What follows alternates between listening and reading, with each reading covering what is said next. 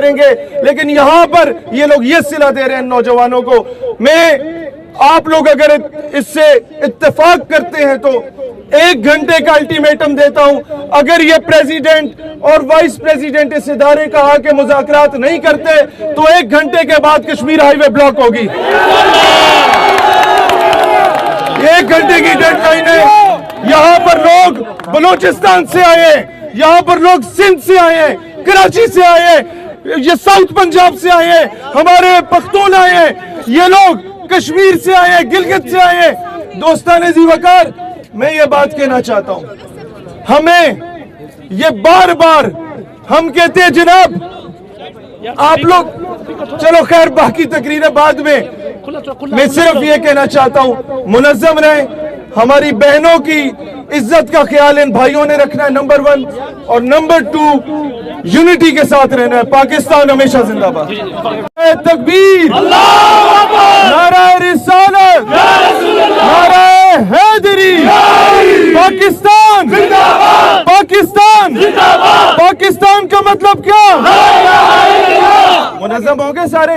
اب 2 چیزیں صرف سنیں۔ نمبر 1، ہماری بہنیں جو یہاں آئی ہیں ان کی عزت کا خیال آپ لوگوں نے خود رکھنا ہے، یہ آپ کی رسپانسبلٹی ہے۔ بالکل بالکل۔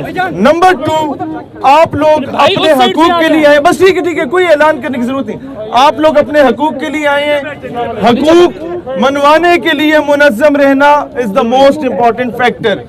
اب یہ بات میں صرف اپنے ان فرشتے بھائیوں کو سنانا چاہتا ہوں، یہ بات میں اس ضلع کی انتظامیہ کو سنانا چاہتا ہوں، اور یہ بات میں حکومت وقت کو اور جو ہمارے پیچھے یہ دفتر موجود ہیں ان کی انتظامیہ کو سنانا چاہتا ہوں کہ آپ لوگوں نے یہ پہلے بات پوری سنیے گا، اکثر لوگ بیچ میں یہ اعتراض کرتے ہیں یہ آپ کیا بات کر رہے ہیں۔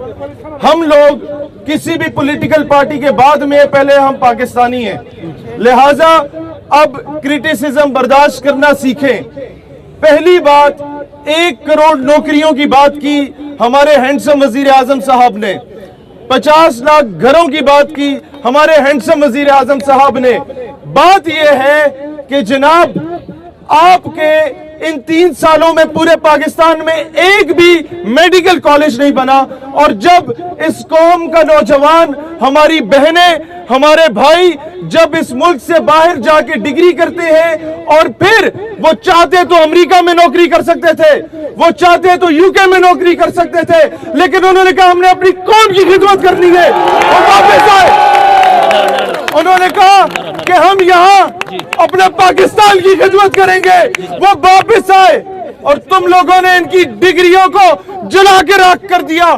شرم آنی چاہیے آسام والا۔ شہیر بھائی، شہیر بھائی، شہیر بھائی، شہیر بھائی، شہیر بھائی، آپ سارے زندہ باد کے کم از کم آپ ان کم لوگوں میں سے ہیں جو اپنے حق مانگنے کا سلیقہ جانتے ہیں۔ آپ سارے زندہ باد۔ اب 2 وعدے آپ لوگوں نے میرے ساتھ کرنے، اور پھر میں یہ وعدہ کرتا ہوں اس کے بعد کہ میں اینڈ ٹائم تک آپ کے پاس بیٹھا رہوں گا جب تک آپ کے مطالبات نہیں مانے جاتے۔ پہلا وعدہ وہ یہ کہ اگر آپ لوگوں کی ڈگریز ویریفائی ہو گئی، گرین لسٹ آپ کی یونیورسٹیز ہو گئی، تو آپ کی پوسٹنگ پاکستان میں کسی بھی علاقے میں ہو، ہفتے میں 1 دن آپ اپنے آبائی گاؤں میں جایا کریں گے اور لوگوں کا مفت علاج کریں گے۔ دوسرا وعدہ، دنیا کی کسی بھی کونے میں چلے جاؤ، پاکستان کا پرچم اس ملک میں تمہارے سینے پہ ہونا چاہیے، اور اس پرچم کو کبھی جھکنے نہیں دینا ہے۔ اور اب میں یہ حاکم وقت سے کہتا ہوں کہ یہاں پر ماؤں نے اپنے زیور بیچے، بہنوں نے اپنے زیور بیچ کے اپنے بھائیوں کو پڑھایا، یہاں بزرگوں نے اپنی زمینیں بیچی، یہاں پر اپنے گائے بھینسیں بیچی، اپنی مویشی سارے بیچے انہوں نے۔ اس کے بعد جا کے کئی ایسے بچے ہیں جو تعلیم سے آراستہ ہوتے ہیں، وہاں لالچ بھی دی جاتی ہے کہ تمہیں پاکستان میں کیا ملنا ہے، یہاں پہ کیا رکھا ہے، لیکن یہ کہتے ہیں نہیں، جس ملک کے لیے ہمارے باپ دادا نے قربانیاں دی تھیں، شہادتیں دی تھیں، جس ملک کے لیے ہر دوسرے دن ہمارا فوجی شہید ہوتا ہے بارڈر پہ، ہم اس ملک کی جا کے خدمت